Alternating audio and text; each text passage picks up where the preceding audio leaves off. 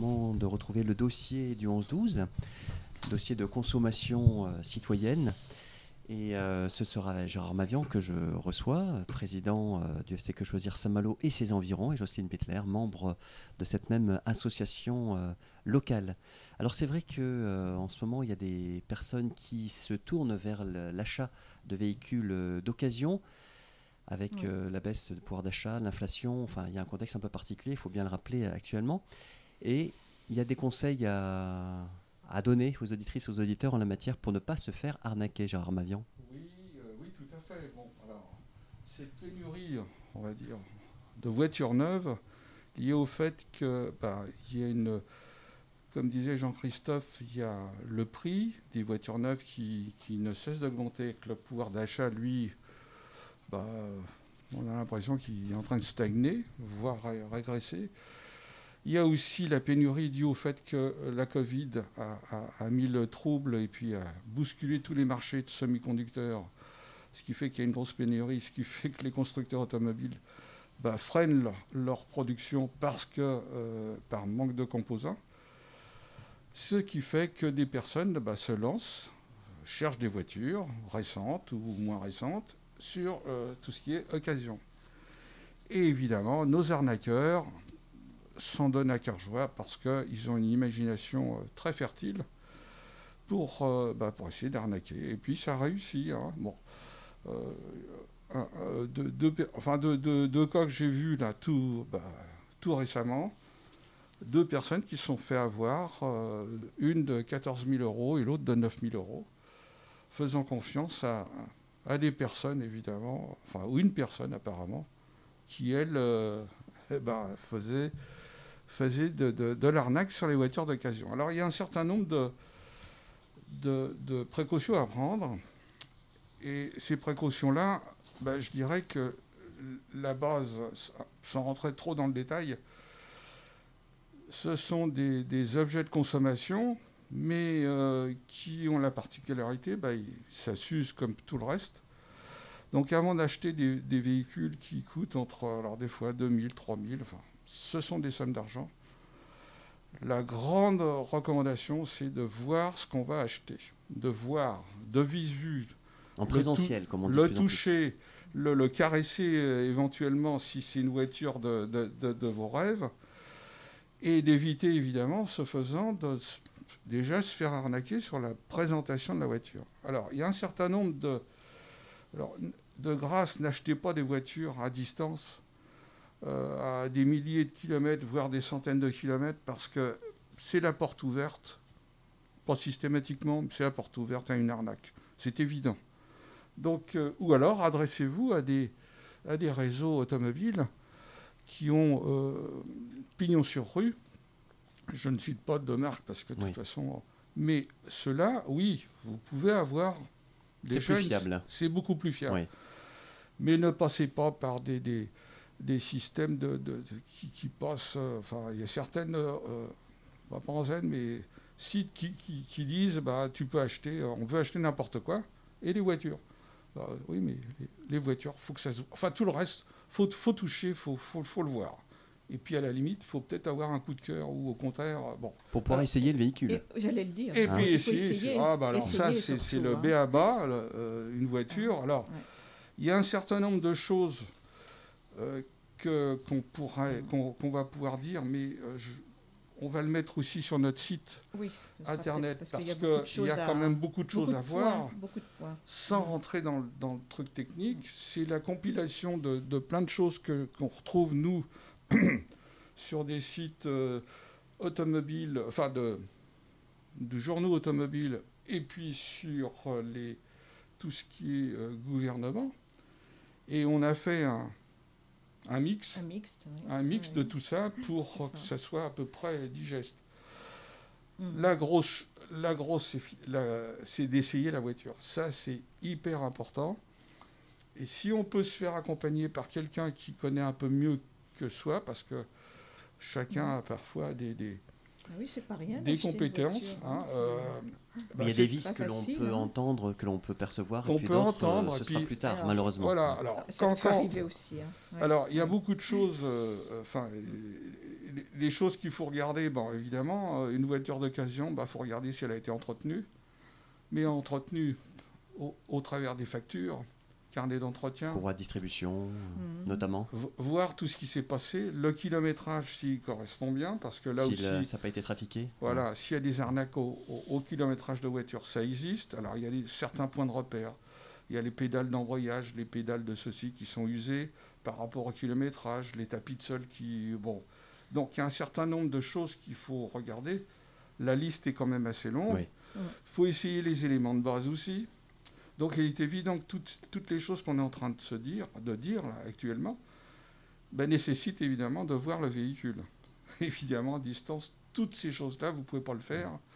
Donc, ce qui veut dire que si le chauffage ne fonctionne plus, il n'y a pas de chauffage, oui. Donc, ça veut dire prendre le temps aussi. Hein. Pardon ? Prendre le temps. Prendre le temps. De toute façon, ce n'est pas un achat qu'on effectue dans un supermarché. Une voiture, c'est quelque chose qui peut être plaisir, mais aussi très utile pour ses déplacements professionnels et puis dans la vie courante. Donc, et puis les sommes, c'est quand même très important de faire attention à ce qu'on fait. Parfois, certaines personnes empruntent de l'argent et se retrouvent à emprunter de l'argent pour une voiture qu'ils n'auront jamais. Alors, on ne va pas rentrer vraiment dans tout le détail, mais si vous avez un doute, surtout hésitez à acheter. Et puis adressez-vous, on va dire à UFC Que Choisir pour nous demander conseil. On peut vous appeler, Jocelyne Bickler, on peut vous appeler donc à UFC Que Choisir Saint-Malo et ses environs. Bien sûr. Je passe la main quand même à Jocelyne parce que je serais intarissable. Je ne suis pas une spécialiste effectivement d'achat de voitures d'occasion, mais je m'aperçois que effectivement quand on achète une voiture à quelques centaines voire quelques milliers de kilomètres de son domicile, on va l'essayer, mais il faut revoir le véhicule. Donc, c'est compliqué d'être, à 100 ou 1000 km.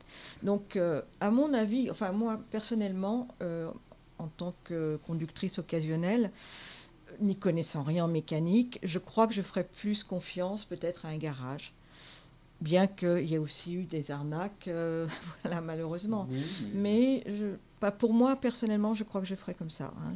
Je m'adresserai à un garage.